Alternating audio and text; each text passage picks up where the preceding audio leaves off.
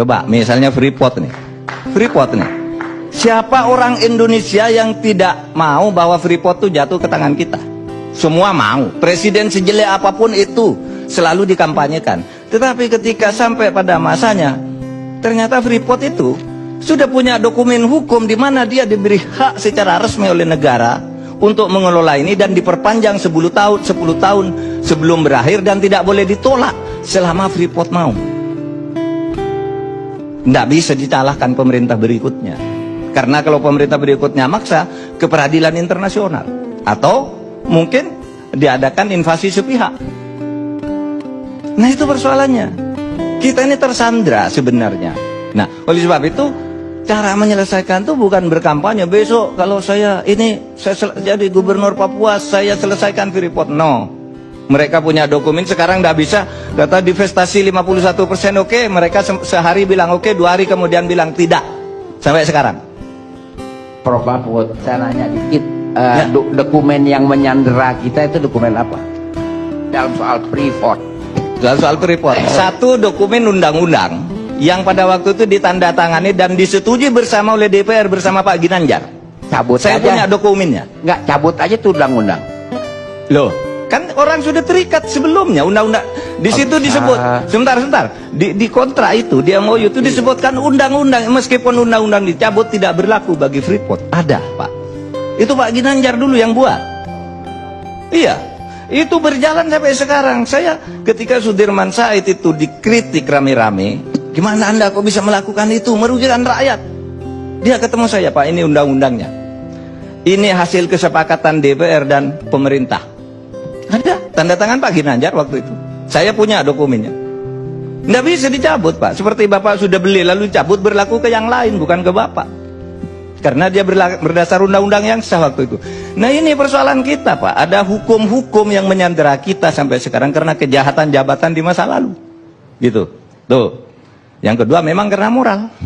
Moralitas kita ini bobrok sebenarnya. Sehingga apa? Nggak selesai-selesai masalah itu. Setiap muncul periode baru, muncul penjahat-penjahat baru, muncul koruptor-koruptor baru. Berkesinambungan kan, terwariskan itu moral-moral seperti itu.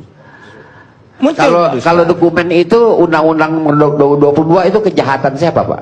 Kenapa? Undang-Undang nomor 22 yang menyandera kita dalam hal Freeport itu kejahatan siapa? Saya ingin ralat itu bukan kejahatan dalam arti pidana, itu tidak ada pidananya. Itu adalah apa namanya, proses pembuatan hukum yang kolutif. Dan itu banyak terjadi di zaman Orde Baru. Setiap undang-undang tuh satu pasal itu dibeli, Pak. Ini pasal ini, perusahaan ini yang beli. Kekurangan tuh satu dim tuh harganya satu orang bisa 50 juta, Pak. Satu dim, padahal undang-undang tuh kadang-kala sampai 200 dim. Bisa 50 juta satu orang. Berapa anggota pansusnya? 50 orang. Rupiah apa dolar, Pak? Rupiah. Kalau undang-undang rupiah, Pak. Pembuatan undang-undang masa dolar. Pada waktu itu ya, Pak, saya pernah dipersoalkan nih ketika bicara kayak gini bahwa banyak pembuatan undang-undang itu yang dijual belikan. Lalu Pak Marzuki Ali sebagai ketua DPR marah. Itu enggak benar tuh, ketua MK. Lalu saya ketua MK. Saya bilang, saya tahu. Dan saya nyebut lalu 8 orang pada ini 8 orang sekarang sedang dipenjara. Anda tahu enggak? Anak buah Anda, saya bilang sama Pak Marzuki. Sekarang dipenjara.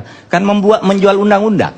Bahwa undang-undang ini akan dimasukkan pasal ini, Anda akan mendapat ini, tetapi bayar dulu ke saya sebesar 8%. Ini sekarang orangnya masih dipenjara semua, Pak. Itu pembuatan undang-undang kita sekarang. Ini yang harus diatasi ini. Untuk menyelesaikan masalah-masalah yang kayak gini ini.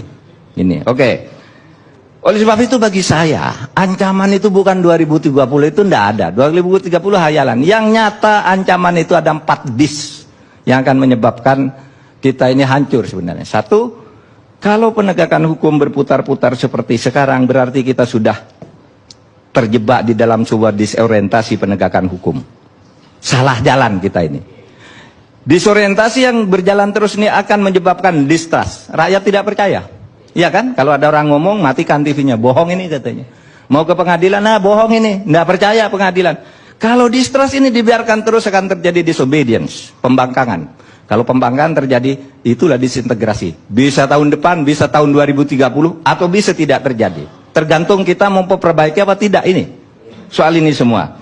Nah, pada akhirnya, kalau saya melihat perdebatan-perdebatan ini seakan-akan memperhadapkan perang berat itu antara pengikut Prabowo dan pengikut Jokowi. Padahal keduanya itu sudah saling berpelukan, kok pengikutnya masih berperang, ini ada apa?